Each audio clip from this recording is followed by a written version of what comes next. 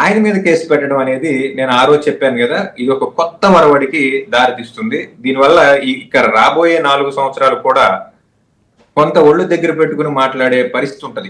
ఎవరు ఎవరు ఎవరు మాట్లాడాలి ఒళ్ళు దగ్గర పెట్టుకొని? టీవీ డిబేట్లు నిర్వహించేటువంటి వ్యక్తులు. అంటే వచ్చే గెస్టులు ఎట్లయినా మాట్లాడొచ్చా? ఎవరండి? డిబేట్లు నిర్వహించే వ్యక్తులు అన్నారు కదా మీరు, వచ్చి డిబేట్ లో పార్టిసిపేట్ చేసే గెస్ట్ ఎలా అయినా మాట్లాడొచ్చా? గెస్టులు మాట్లాడితే ఇప్పుడు అరెస్ట్ జరిగింది కదా, ఓకే, అలాగే అరెస్ట్ అవుతారు. కానీ ఇది ఒక కొత్త వరవడికి దారి తీస్తుంది.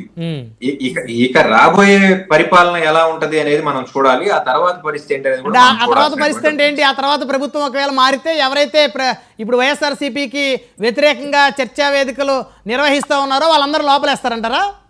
చర్చా వేదికలు నిర్వహించినంత మాత్రాన, లేకపోతే మరోదాన్ని చేసినంత మాత్రాన ఎటువంటి అలాంటి చిన్న చిన్న పనులు జగన్మోహన్ రెడ్డి చేస్తాడు, చూస్తాడు, లేకపోతే వాళ్ళ గురించి ఏదో చాలా తన విలువైన సమయాన్ని